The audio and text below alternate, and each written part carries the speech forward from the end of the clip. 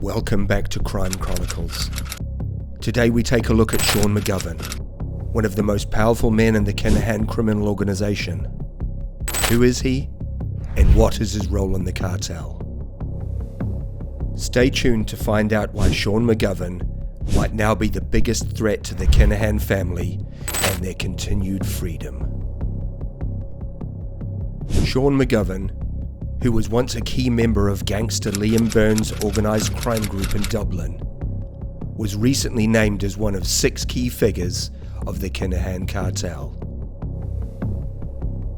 McGovern was named by the US Department of Treasury as a leader of the cartel. The US government also heavily sanctioned him and placed severe restrictions on his ability to travel. Sean McGovern, they said, is Daniel Kinahan's closest confidant and advisor, and evidence indicates that any dealings with the Kinahans go through McGovern first. US authorities said McGovern manages Kinahan's communications to the gang, and he is involved in selling multi-kilogram quantities of cocaine. McGovern was named as being atop the inner circle of the Kinahan mob, alongside Christy Kinahan Sr., his sons Daniel and Christopher Jr., and associates Johnny Morrissey, Bernard Clancy, and Ian Dixon. Sean McGovern, one of the men injured during the attack at the Regency Hotel in 2016, has been named in the Special Criminal Court in Dublin as a significant figure in a leadership role in the Kinahan organised crime group. An arrest warrant remains in place for Daniel Kinahan's right-hand man in relation to a Hutch Kinahan feud murder. Gardaí suspects he had a role in organising several feud murders, including that of Noel Duckegg Kerwin, who was shot 6 times as he sat in his car on December 22nd of 2016 at St Ronan's Drive, Clondalkin. Gardaí also wants to charge Mr McGovern with gangland offences relating to the murder attempt on Hutch associate James Mago Gately. Originally from Crumlin, McGovern started gaining attention as part of the Byrne organised crime group, and for years ran the Kinahan's Irish operation, and moved to the United Arab Emirates full-time following the murder of Kerwin in December of 2016. His girlfriend Anita Freeman and children relocated to the Emirates after he fled Ireland in the wake of the Kerwin murder. McGovern's former home at Kildare Road in Crumlin was later seized as part of the CAB's proceeds of crime case against the Byrne organisation. Before the Bureau was handed the keys to the house, its fixtures and fittings, including the kitchen and bathrooms, were ripped out by authorities hunting for evidence. Mr. Kerwin, an innocent man who had no involvement in criminality, was shot dead because members of the Kinahan organisation mistakenly thought that he was connected to the Hutch organisation. In January of 2024, a non-jury court in Dublin heard sworn testimony on the command structure and activities of the Kinahan cartel, as well as evidence that 33 people linked to the organisation who were going to be involved in violence and murder have been arrested by investigating Gardaí. Detective Superintendent David Gallagher was giving evidence in the trial of Michael Crotty, who was accused of facilitating the murder of Noel Duckegg Kerwin in 2016 by buying a mobile phone top-up for Sean McGovern. The prosecutor said he would call evidence to show that Mr. Crotty had known Mr. McGovern for several years, and that he made the purchase knowing that it would be used in the commission of a serious crime. Mr. Crotty, a 40-year-old man from County Tipperary, has pleaded not guilty to the single charge.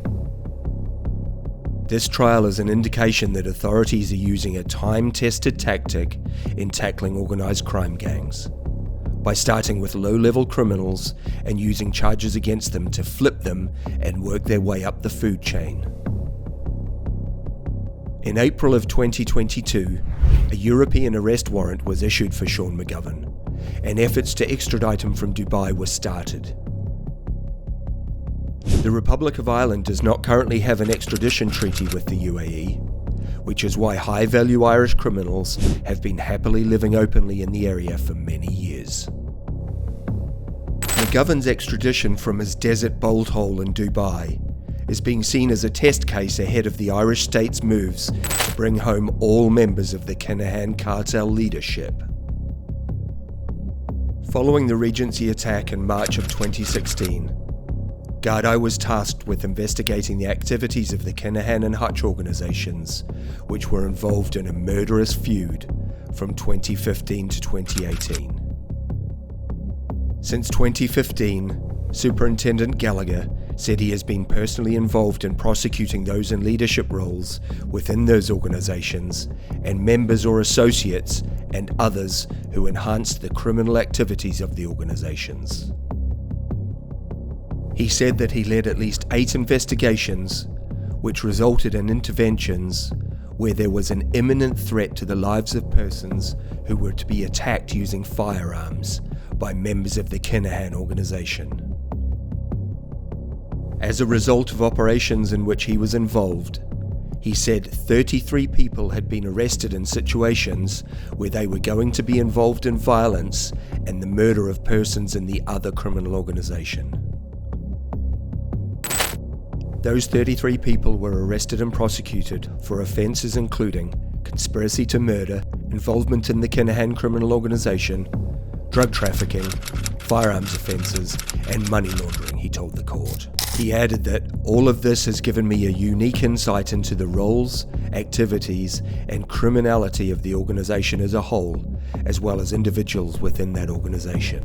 The detective said that the core function of the Kinahan group is driven by monetary gain, with drug trafficking as the primary source of income. They are involved at an international level in importing drugs and in distribution at the street level. They enforce their control by violence, using firearms and murder, he said. They also engage in money laundering to hide the proceeds of their crimes. Gardaí are understood to have a clear picture of what is required to seek the deportation of Kinahan cartel leaders after a landmark Irish-UAE police meeting. As we have mentioned, Ireland has no extradition treaty with the UAE, but hopes that the authorities there will use precedents they have already set, where they previously deported major criminals to the Netherlands and Italy.